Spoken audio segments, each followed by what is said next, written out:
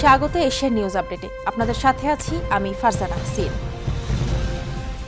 শারীরিক অবস্থার অবনতি হওয়ায় হাসপাতালের নিবিড় পরিচর্যা কেন্দ্রে নেওয়া হয়েছে বিএনপি চেয়ারপারসন ও সাবেক প্রধানমন্ত্রী বেগম খালেদা জিয়াকে।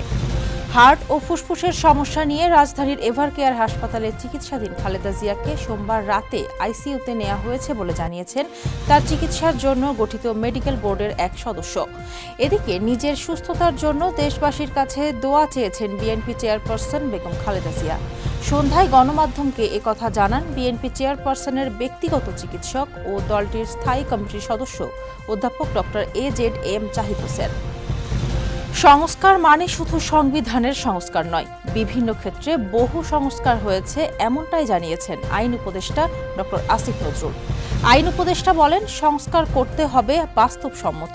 অতিরিক্ত সংস্কার করতে গিয়ে রাষ্ট্র কাঠামোকে দুর্বল করে ফেলা হয় কিনা তাও চিন্তা করতে হবে।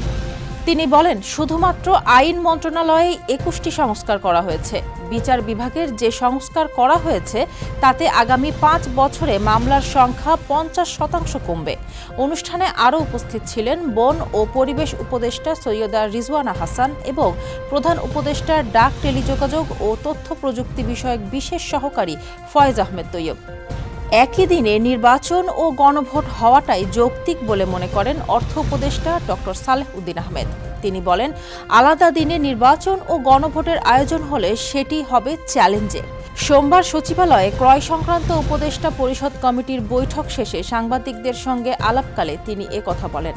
অর্থ উপদেষ্টা জানান, নির্বাচন আর গণভোট একসঙ্গে করার কারণে খরচ বাড়বে। তফসিল ঘোষণার পর নির্বাচন কমিশনের চাহিদার ভিত্তিতে বরাদ্দ দেওয়া হবে। স্পর্শকাতর ভোট কেন্দ্রগুলোতে বডি ক্যামেরা দেওয়া হবে। বরাদ্দ দেবে স্বরাষ্ট্র মন্ত্রণালয়। নির্বাচন ও গণভোটের জন্য বাজেট নিয়ে কোনো সমস্যা হবে না জানিয়ে তিনি বলেন, এটা নিয়ে কোনো চিন্তা করতে হবে না। তবে নির্বাচনের জন্য এরই মধ্যে যে বাজেট ধরা হয়েছে গণভোটের কারণে এবং প্রবাসীদের জন্য ভোটের ব্যবস্থা করাই সেই বাজেট বাড়বে। 2026 সালের ফেব্রুয়ারির প্রথম সপ্তাহে জাতীয় নির্বাচন হওয়ার কথা। ইতোমধ্যে অনেক রাজনৈতিক দল ও ব্যক্তি নির্বাচনী প্রচারণা শুরুও করে দিয়েছেন। তাই নির্বাচনী কোনো প্রচারণায় জাতীয় দলের খেলোয়াড়দের অংশগ্রহণ না করার জন্য জাতীয় ক্রীড়া পরিষদ সকল ফেডারেশনকে চিঠি দিয়েছে।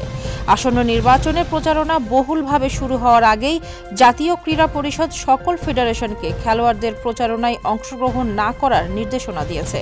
জাতীয় ক্রীড়া পরিষদ চিঠিতে উল্লেখ করেছে, বাংলাদেশ জাতীয় দলের খেলোয়াড়গণ দেশের সম্পদ এবং সকল নাগরিকের নিকট একাত্মতার প্রতীক। খেলাধুলা এবং খেলোয়াড়দের ভাবমূর্তি কোনো প্রকার রাজনৈতিক বা নির্বাচনী কর্মকাণ্ডের সাথে যুক্ত হওয়া বা তাদের ব্যবহার করা ক্রীড়াঙ্গনের নিরপেক্ষতা ও পবিত্রতা রক্ষার স্বার্থে কাম্য নয়।